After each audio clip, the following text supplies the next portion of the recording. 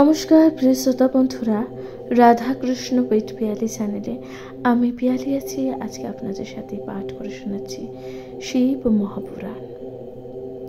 প্রিয় শ্রোতা বন্ধুরা, শিব মহাপুরাণে মহাদেবের নানাবিধ লীলা তথা পুজো করার সম্পূর্ণ বিধিবদ্ধ বিধান যা সুন্দরভাবে বর্ণিত আছে।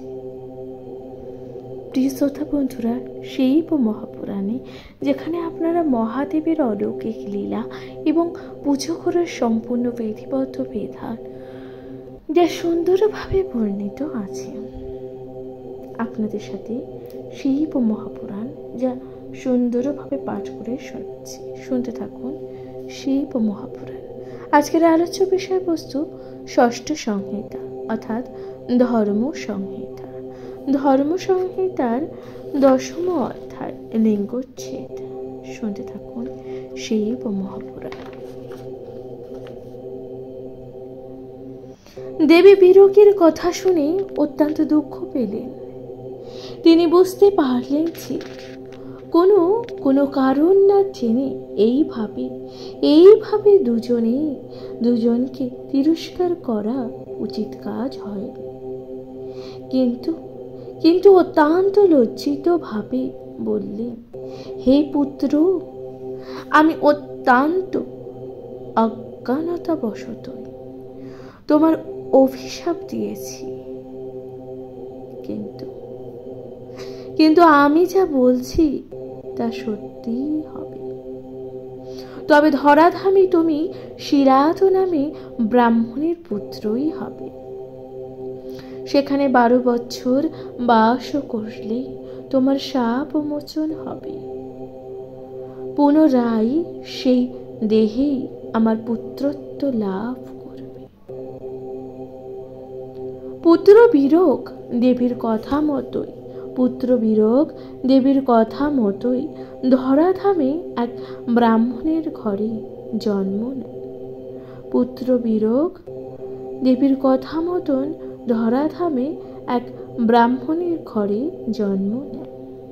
তার নাম হলো শিলাদ। সেখানে 12 বছর কঠোর তপস্যা করে আবার শিবলোকে যান। শিবলোকে তিনি সুখেই কালযাপন করতে থাকেন। তাহলে শিবলোকে কি করেন? তিনি সুখেই কালযাপন করতে থাকেন। রুদ্রদেব দেবী পার্বতীকে দেখে অত্যন্ত ভয় পেলে। দেবী পার্বতীকেও তার আগের মতন কোনো ছলনাময় বলে মনে হতে লাগলো। তিনি ক্ষণে ক্ষণে নিজ রূপ পরিবর্তন করতে লাগলেন।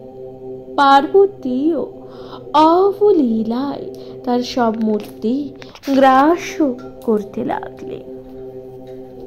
তারপর শেষে নিজের তারা রূপ দেখালেন। তার ফলে ভগবান রুদ্রদেব তার প্রকৃত পার্বতী বলে মেনে নিলেন।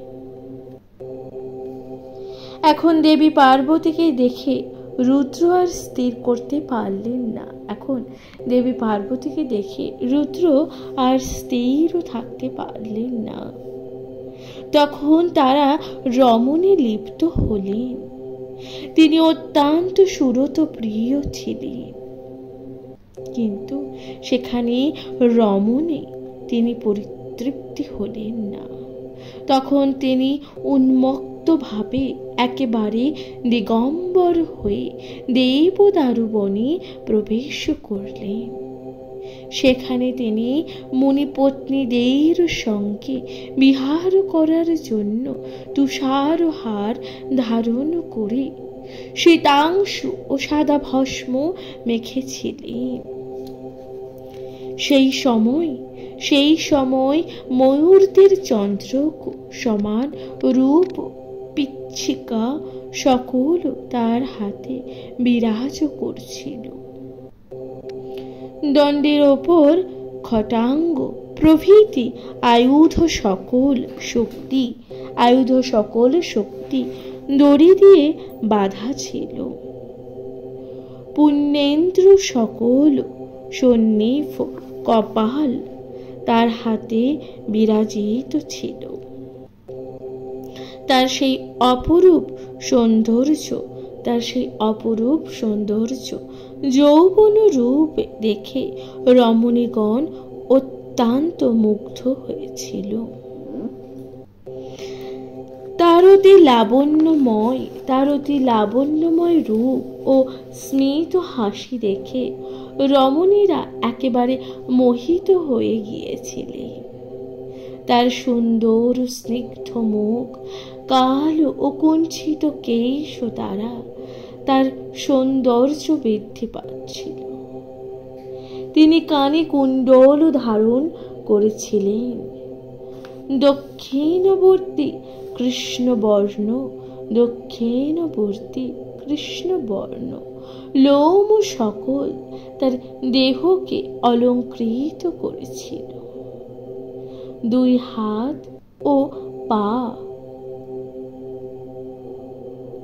জবা কুসুমের থেকেও বেশি রক্তবর্ণ হয়েছিল। অনিমাদি অষ্ট সিদ্ধ তার আগে থেকেই আয়ত্তে ছিল। ঋতু সম্ভূত স্নিগ্ধ প্রযুক্ত সুগন্ধ কনকটহীন শ্রোধকাম দ্বারা তার সারা শরীর আচ্ছন্ন হওয়ার ফলে তার কাম ভাব আরো ফুটে উঠেছিল। তারপর তিনি ভস্ম মেখে তার প্রমথগণের সঙ্গে বনের গভীরে যেতে থাকেন। তিনি আনন্দে উদ্বেল হয়ে উচ্চস্বরে গান করতে থাকেন।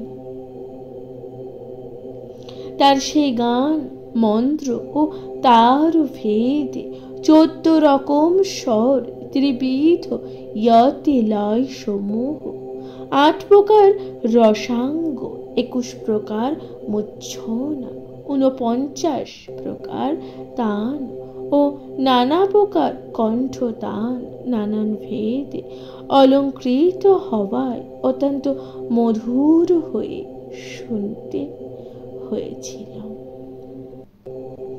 তার সেই মনোমোহিত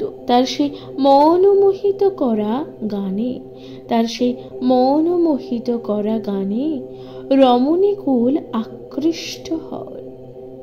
তার গানে 7 প্রকার স্বর, ত্রিবিধ গ্রাম এবং জাতি সম্ভুতম ও দিব্য 32 প্রকার মহারাগ সকল সম্পূর্ণভাবে উন্নীত ছিল। মিশ্রিত ছায়া দেশ ও জাতি দ্বারা তা সম্পূর্ণরূপে বিভূষিত ছিল। রত্নজাল সংকীর্ণ 64 বর্ণ প্রধান অনন্ত ভাষা, এই 2 প্রকার কাল বিশেষ উপযুক্ত গীত মিশ্র ভাষার দ্বারা সংযুক্ত হওয়ায় তার মাধুর্য অতি বৃদ্ধি পেয়েছিল। 4 প্রকার বীণা বাদ্য সেই গানের সৌন্দর্য আরো বাড়িয়েছিল। অর্থাৎ 4 প্রকার বীণা বাদ্য ও সেই গানের সৌন্দর্য আরো কিন্তু বাড়িয়েছিল। বিরূপাক্ষ এইভাবে গান করতে করতে কোথায় বা অতি হাস্য সহকারে লম্ফঝম্ফ করতে থাকে। কোন স্থানে প্রমথদের সঙ্গে বন্য ও ফলমূল খেতে আরম্ভ করেন। তারপর বন্য প্রসাধনে সাজগোজ করে অতি তাণ্ডব করতে থাকে। তার সেই অতি তাণ্ডবের ফলে দশকর্মণ্ডিল বিঘ্নিত হয়। রমণীরা নদীর তীরে এসে মিলিত হন। রমণীরা তখন নদীর তীরে এসে মিলিত হন। তথাকালে দেবী পার্বতী সেখানে এসেছিলেন। তথাকালে দেবী পার্বতী সেখানে এসেছিলেন। তার পরনে ছিল কালো সূক্ষ্ম ও কোমল নরম বস্ত্র। তার মাথায় উষ্ণ শোটি ছিল লাল রঙের। নিজেকে তিনি ফুল ও সাজিয়েছিলেন। নিজেকে তিনি ফুল ও সাজিয়েছিলেন। হাতে ছিল অশোক ফুলের মালা। দেবীকে তিনি অত্যন্ত সুন্দর মনোহারিণী লাগছিল। তিনি দেবাদিদেবের পশ্চাতে যাচ্ছিলেন। শবরীর মতো তার বেগ। শবরী রূপধারিণী মাতৃগণের সঙ্গে সুন্দর সাজসজ্জা করে দেবী গৌরী দেবদারু বনের দিকে যাচ্ছিলেন। যাওয়ার সময় তিনি দেখছিলেন যে সব রমণীরা মহাদেবকে দেখার জন্য সেখানে এসেছিলেন।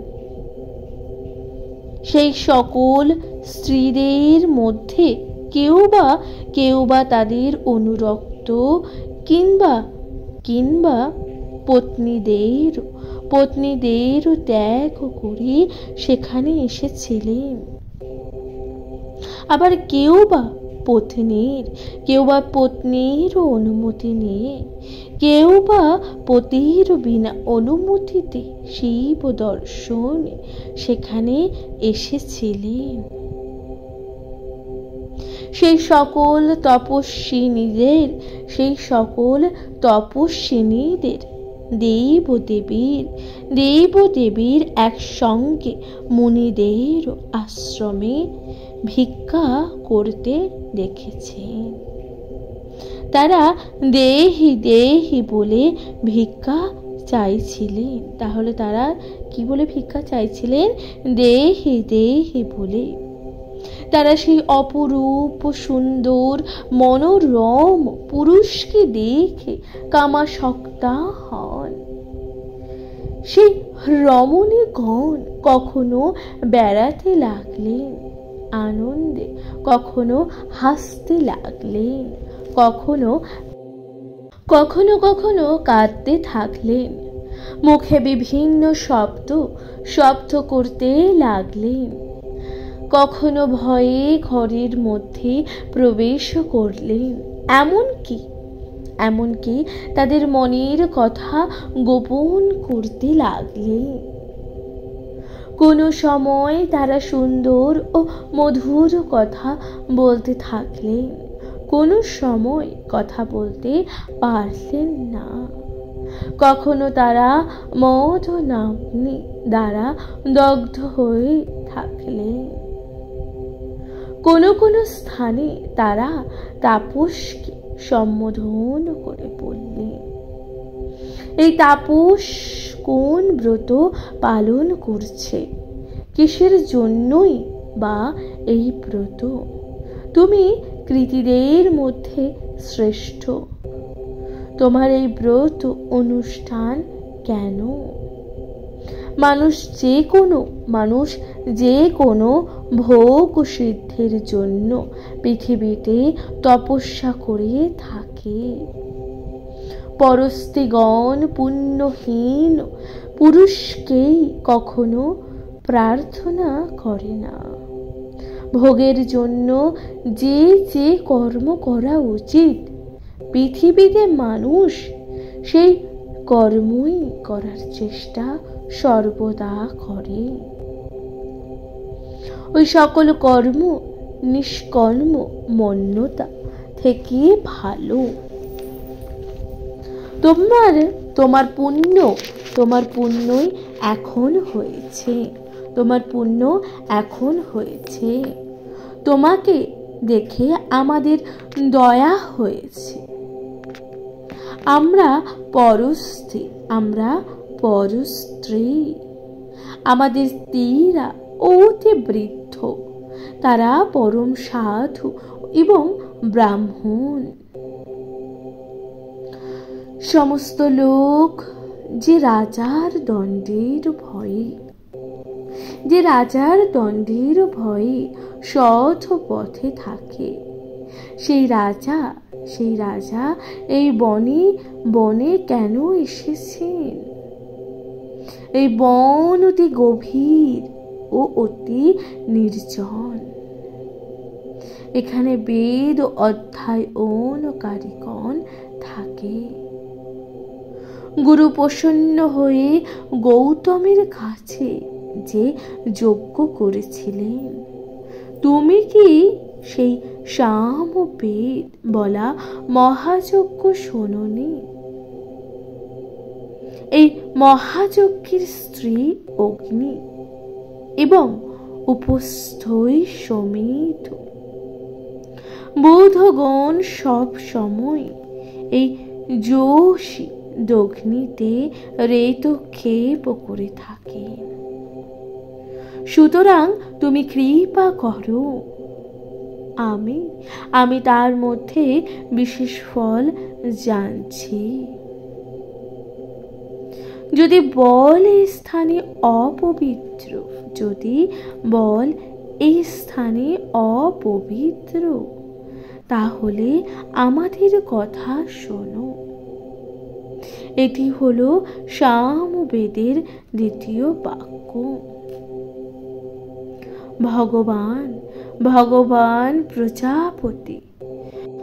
ভগবান প্রজাপতি একে প্রধান বলেছিলেন। ঋষিগণ গর্ভধান কর্মে এই কথাই বারবার বলেছেন। স্ত্রীগণ এভাবে বিভিন্নভাবে কথার দ্বারা প্রার্থনা করলে তপস্বী শিব ও স্ত্রীগণের ওপর প্রসন্ন হলেন। তিনি বললেন, বনের মধ্যে গাছের যে কোটর আছে, সেই কোটর গৃহই হলো আমার শয়নের স্থান। এই স্বরূপ ধারিণী তপস্বিনী গৌরী আমার কাছে প্রদীপ্ত হুতাসন। আমি সৃষ্টি কাজের জন্যই অগ্নিতে বীর্যক্ষেপ করে থাকি। আমি সকল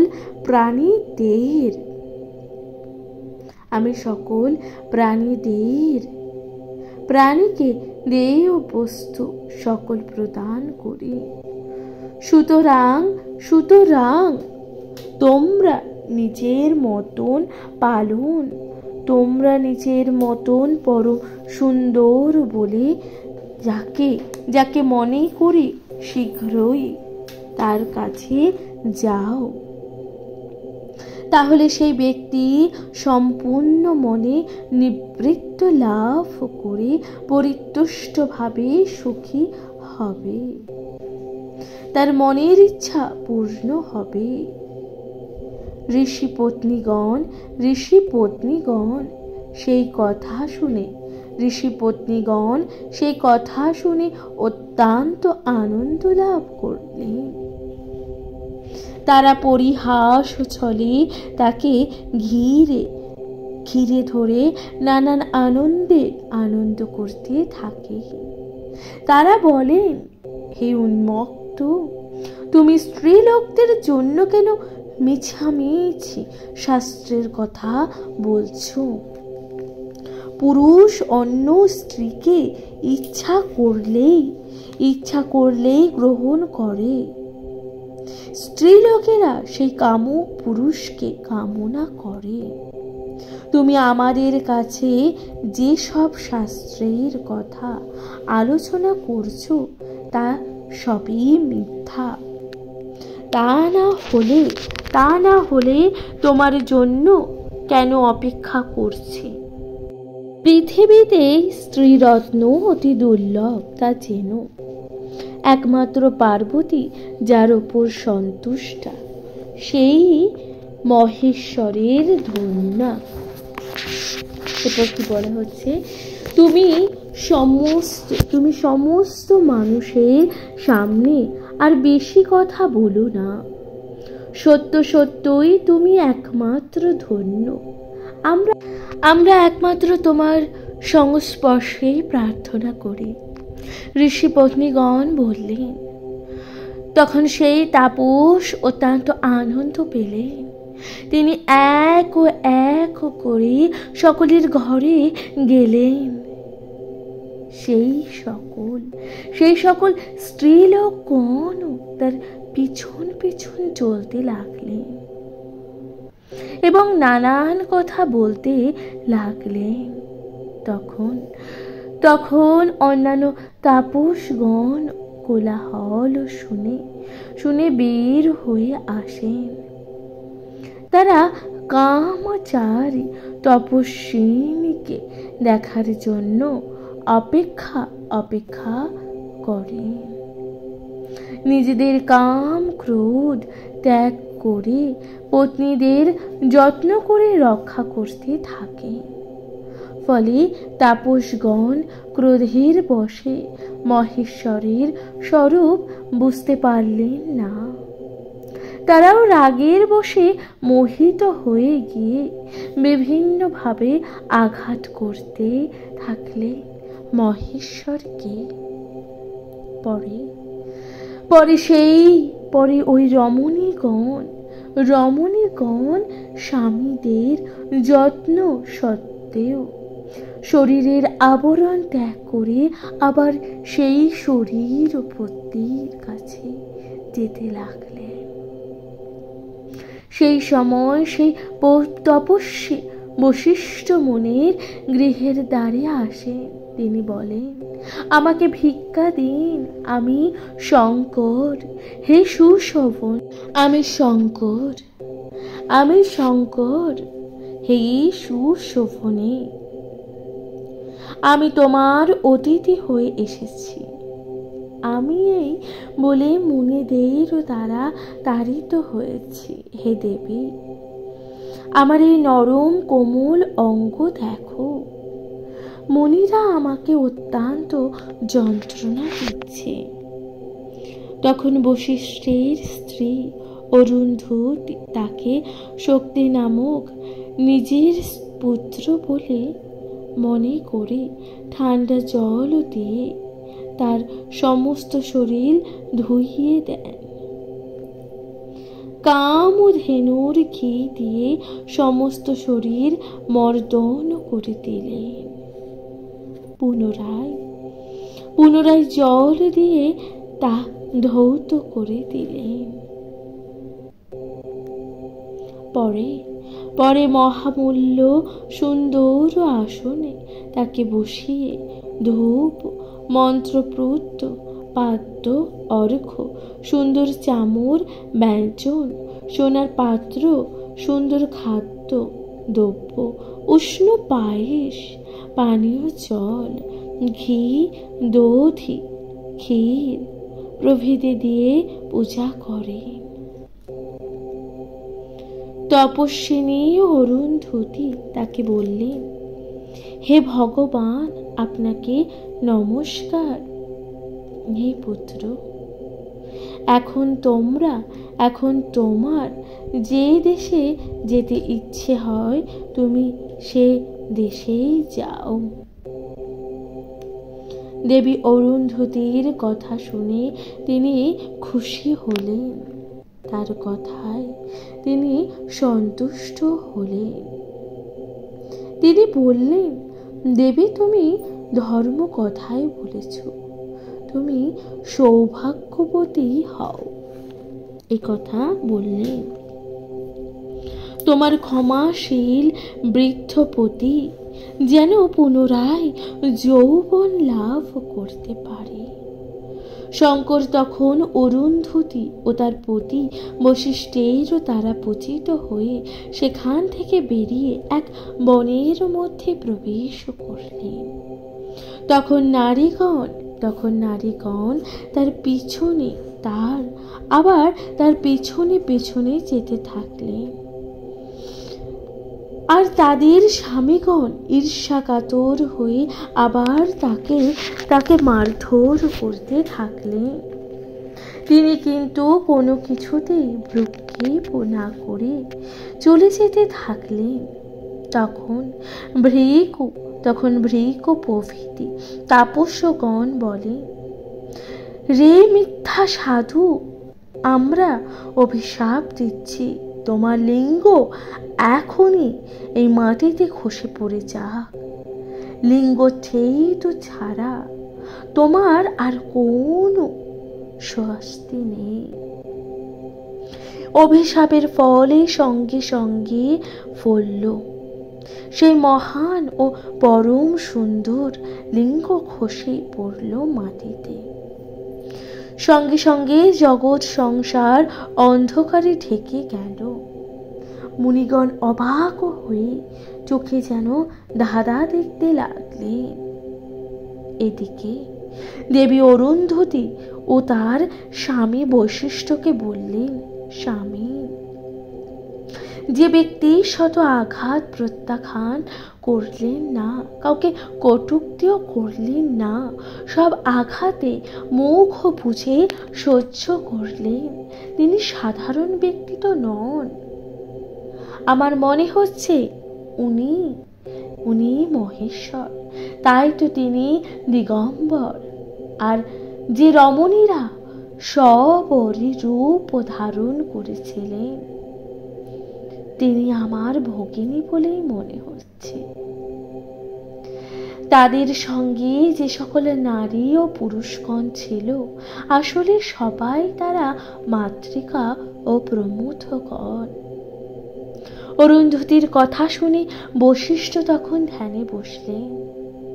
ধ্যান চোখে তিনি মহেশ্বরকে দর্শন করলেন। সেই সঙ্গে সেই লিঙ্গকে অক্ষত অবস্থায় বনের মধ্যে বিচরণ করতে দেখলেন। তখন দেবদারু বন থেকে সহসা অন্ধকার দূর হয়ে গেল। অন্যান্য মুনিগণ এই অলৌকিক ঘটনা বুঝতে পেরে মহাদেবের স্তোত্র ও বন্দনা করতে লাগলেন। তখন দৈববাণী হলো, ও হে মুনীন্দ্রগণ, তোমরা রুদ্রদেবের যে অঙ্গ মাটিতে ফেললে, এই লিঙ্গ সিদ্ধ দান করবে। সুতরাং পবিত্র বেদ ও মন্ত্র দ্বারা কায় ও মনোবাক্য ওর অর্চনা করো। শঙ্করের প্রতিমা পূজা অপেক্ষায় তার লিঙ্গ পূজা অনেক বেশি ফলপ্রদ হবে। এ কথা শুনে মুনিগণ আসনাদি ষোড়শোপচারে মহেশ্বরের লিঙ্গ পূজা করলেন। ঋষিগণ একইভাবে সেই ভূপতিতে লিঙ্গকে পূজা করতে লাগলেন। কেউ কেউ বললেন, এই লিঙ্গ বহুভাবে ভাগ হয়ে অক্ষত অবস্থায় ছিল। যিনি বাহ্য অবয়বের মধ্যে বাস করেছিলেন, তার সেই অবিনাশী পরমাত্মা স্বরূপ ব্রহ্মাকে মুনিগণ আগে চিনতে পারেননি। শিবের মূর্তি পূজা অপেক্ষায় লিঙ্গ পূজা বেশি ফলপ্রদ। তাহলে কি বলছে? শিবের, মহাদেবের মূর্তি পুজো অপেক্ষায় লিঙ্গ পুজো অত্যন্ত ফলপ্রদ। ব্রাহ্মণেরা অগ্নির মধ্যে লিঙ্গ পূজা করবে, অজ্ঞানীরা পাষাণে, জনীরা মনে মনে ও জ্ঞানীরা সর্বত্রই লিঙ্গ পূজা করবে। যারা পাষাণ বা শিবের পুজো করে তারা প্রথমে স্বর্গ লাভ ও পরে রাজ্য লাভ করে। যারা শিবের মূর্তি পূজা করে তারা রাজ্য, স্বর্ণ ও মোক্ষ লাভ করে। যে ব্যক্তি সকল বস্তুতে তার দর্শন পায়, সেই ব্যক্তি শিব ও সাযজ্ঞ রূপ মোক্ষ লাভ করে। যে তাকে সর্বদা হৃদয়ে রাখে, সে ব্যক্তি শিব লোকে চিরকাল বাস করে। শ্রোতা বন্ধুরা, তাহলে আপনারা শুনলেন শিব মহাপুরাণ। সুন্দর শ্লোক আছে যেখানে বলা হচ্ছে যে স্বদেহস্তাৎ সদা রাজ্যং স্বর্গং মক্ষং ক্রমেণেতু সর্বত্র দর্শনাত্মকং শিবম সাজুম আপনুয়াত। প্রিয় শ্রোতা বন্ধুরা, তাহলে আপনারা শুনলেন দশম অধ্যায়, যেখানে বলা হলো লিঙ্গচ্ছেদ। মহাদেবের কেন লিঙ্গচ্ছেদ হয়েছিল এবং তার ফলেই বা কি হয়েছিল, এবং কেনই বলা হচ্ছে শিব মূর্তি অপেক্ষায় লিঙ্গ পুজো যা অত্যন্ত ফলপ্রদ হয়, তা আপনারা জানলেন। প্রিয় শ্রোতা বন্ধুরা, শিব মহাপুরাণ আশা করছি আপনাদের ভালো লাগছে। শিব মহাপুরাণ আপনাদের কেমন লাগছে অবশ্যই আপনাদের গুরুত্বপূর্ণ মতামত জানাতে ভুলে যাবেন না। চ্যানেলে প্রথমবার শুনে থাকলে অবশ্যই পাশে থাকবেন। নিজের কাছের মানুষ, প্রিয়জন সকলের সাথে ভাগ করে নিতে ভুলে যাবেন না। শিব মহাপুরাণ সকলে শুনবেন এবং অবশ্যই পাশে থাকবেন। আপনাদের পাশে থাকা যা একান্তই গুরুত্বপূর্ণ। তাহলে আজকের মতো জানাচ্ছি এখানে বিদায়। ভালো থাকবেন, সুস্থ থাকবেন। কমেন্টে লিখতে ভুলে যাবেন না। হর হর মহাদেব। নমস্কার।